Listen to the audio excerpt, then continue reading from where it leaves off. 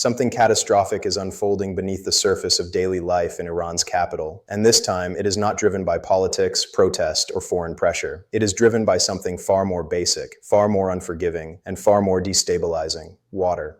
Tehran is facing a rapidly escalating water crisis that has crossed a psychological and logistical tipping point, triggering panic, emergency measures, and the first signs of mass evacuation from a city that was never meant to move. What began as shortages and rationing has now evolved into systemic failure, and the consequences are spreading faster than authorities can contain. For years, warnings about water scarcity circulated quietly among engineers, planners, and scientists. Reservoir levels dropped, aquifers were overdrawn, rivers shrank. The city kept growing anyway. Tehran expanded outward and upward, adding millions of residents, while its water infrastructure aged, cracked, and strained. Those warnings were easy to ignore when taps still worked. They are impossible to ignore now that they do not. In recent days, entire districts woke to dry pipes. Not reduced pressure, not scheduled outages, nothing. Households waited hours, then days, for water trucks that arrived late or not at all. Hospitals activated emergency protocols. Schools closed abruptly. High-rise buildings, dependent on pumps that require constant pressure, became uninhabitable above the lowest floors. Elevators stopped. Toilets stopped. Life, as the city understands it, stopped.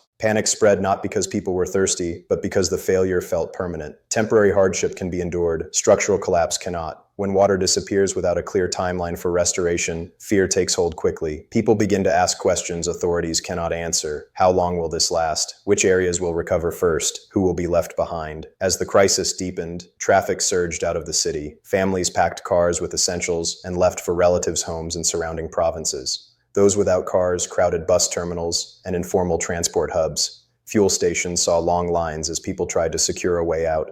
This was not an organized evacuation announced by officials. It was a spontaneous, organic flight driven by instinct. That is what alarmed authorities most. When people begin to leave on their own, control is already slipping. Water crises are uniquely destabilizing because they strike at the core of urban life. Electricity can flicker and return. Communications can fail and be restored. But without water, nothing functions. Sanitation collapses. Healthcare becomes fragile. Food preparation halts. Fire risk increases. Disease spreads. A modern city without water is not just uncomfortable, it is unlivable. Tehran's infrastructure was never designed for sustained scarcity. Much of the city relies on aging pipelines prone to leaks and bursts. Informal settlements lack redundancy entirely. As pressure dropped, pipes cracked, further reducing supply and making recovery harder. Each attempt to restore flow triggered new failures elsewhere. The system began cannibalizing itself. Authorities issued statements urging calm and conservation. They announced emergency water transfers and drilling efforts, but such measures take time, and time is the one thing the city no longer has. Water trucks cannot supply millions indefinitely. New wells cannot replenish depleted aquifers overnight.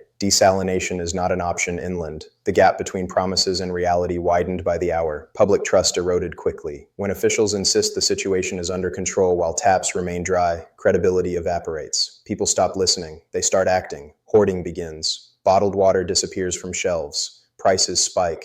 Black markets emerge. Inequality becomes painfully visible as wealthier neighborhoods secure private deliveries while poorer areas go without. Hospitals became focal points of anxiety. Emergency water reserves were activated, but those reserves are finite. Sterilization procedures were scaled back. Non-essential services were suspended. Patients were transferred when possible. Medical staff worked under conditions that would be unthinkable in normal times. Every hour without stable water increased risk. Schools closed not just because of hygiene concerns, but because staff could not guarantee basic safety. Offices followed. Construction halted. Industry slowed. Economic activity in the capital began to seize up. When a city like Tehran stops working, the effects ripple nationwide. Supply chains break. Government functions stall. The crisis stops being local. The psychological impact was immediate and profound. Water is not just a resource, it is a symbol of stability. When it fails, it signals that something fundamental is wrong.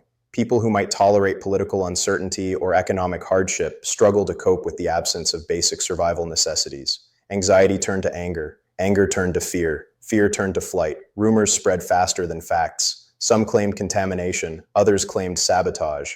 Still others warned that the worst was yet to come. In the absence of reliable information, imagination filled the void. Social cohesion frayed as neighbors competed for limited supplies. Community networks helped where they could, but they too were overwhelmed. Security forces were deployed to protect water infrastructure and distribution points. Their presence was meant to reassure. For many, it had the opposite effect. Armed guards at water trucks do not signal normalcy. They signal emergency. They confirm that the state fears disorder. That confirmation accelerates panic rather than calming it. As evacuations increased, new problems emerged. Roads clogged, fuel supplies tightened, smaller towns struggled to absorb incoming residents. Water stress followed people out of the city, transferring pressure rather than relieving it. A crisis that began in Tehran started radiating outward, turning into a regional emergency. The regime's worst fear in moments like this is not protest, but loss of governability. Protests can be confronted. Water scarcity cannot be dispersed. When millions depend on systems that no longer function, authority becomes irrelevant. You cannot command water to flow. You cannot arrest a drought. You cannot intimidate physics. Internally, emergency councils met continuously. Scenarios were modeled. Priorities were debated. Which neighborhoods get water first? Which facilities are protected at all costs? How much can be diverted without collapsing other regions? These are zero-sum questions, and zero-sum decisions create winners and losers. In crisis, losers do not stay quiet.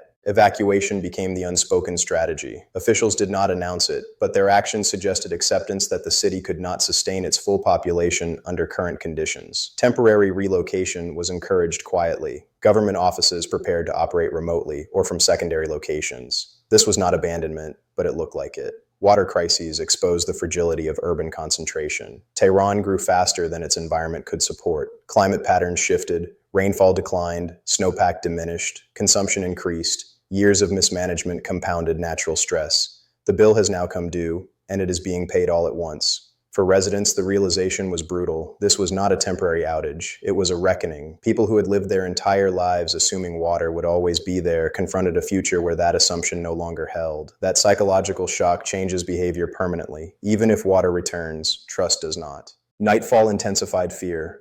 Darkness without water feels more dangerous. Hygiene deteriorates. Fire hazards increase. Emergency services struggle. People cluster together for safety, but clustering strains resources further. The city's rhythms broke down. Normal reference points vanished. Markets reacted instantly. Prices surged. Currency weakened. Investors pulled back. A city in panic does not inspire confidence. The economic cost of the water crisis began to rival its humanitarian impact.